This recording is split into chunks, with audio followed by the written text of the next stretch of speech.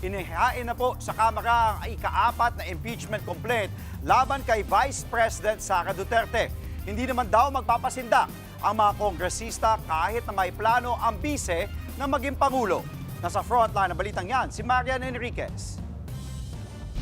Matapos ang anunsyong pagtakbo ni Vice President Sara Duterte, may naghain agad ng ika-4 na impeachment complaint laban sa kanya.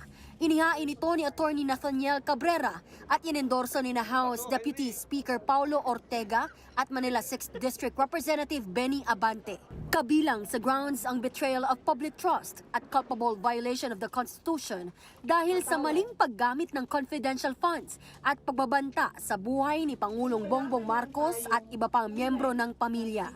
Ayon kay ACT Teachers Party List Representative Antonio Tino, kalkulado ang timing at mukhang gusto raw manindak ni Vice President Sara Duterte sa deklarasyon nitong pagtakbo bilang Pangulo sa 2028 elections. Isinabay kasi yan ni Duterte bago talakayin ang mga impeachment complaint na inihain laban sa kanya.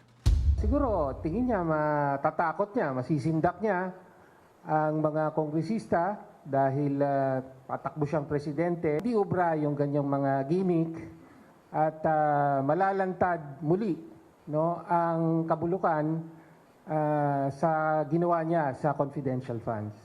Giit naman ni Kabataan Party List Representative Rene Co, inuna pa ng bise na i-anunsyo ang kanyang pagkapangulo imbes na sagutin ang mga impeachment complaints. This is a distraction. Ang tanong ay nasaan ang kinurakot na pera ng taong bayan? Paano ito ibabalik?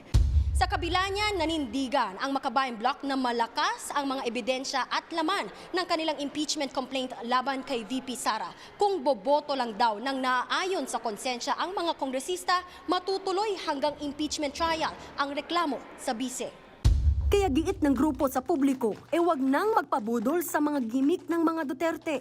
Si mamamayang Liberal Party List Representative Leila De Lima naman, hindi na raw nagulat sa ambisyon ni VP Sara. Karapatan naman daw ng bise na magdeklara kahit napakaaga, tulad ng karapatan ng mga Pilipino na singilin ang bise sa mga seryosong aligasyon ng katiwalian at paglabag sa batas. Mas maganda raw na harapin muna ni VP Sara at sagutin ang mga ito bago mag-ambisyong maging Pangulo. Ganito rin ang naging pananaw ni Akbayan Party List Representative Percy Sendanya. Kaya dapat daw hindi maapektuhan ito ang mga miyembro ng Kamara. Pwede natin sabihin na ito yung attempt nila para i-reframe yung narrative na lahat ng nangyayari ay dahil tatakbo siyang presidente. I hope that this will not affect the members of the House and that we fulfill our constitutional mandate of holding erring public officials accountable. Pero para kay Senior Deputy Majority Leader Lawrence Defensor, posibleng malaki ang epekto sa impeachment ng ginawang anunsyo ni VP Sara. It will not affect how the process will go on. But I can tell you that it may affect how the voting will come out. I hope that we will be as independent as possible. Dating House Prosecutor si Defensor noong nakaraang impeachment ni VP Sara. Handa raw siya ulit maging prosecutor sakaling umusar ang mga reklamo. Walang vice presidenteng nagsasabi na may kinausap na akong taong handang pumatay sa isang presidente.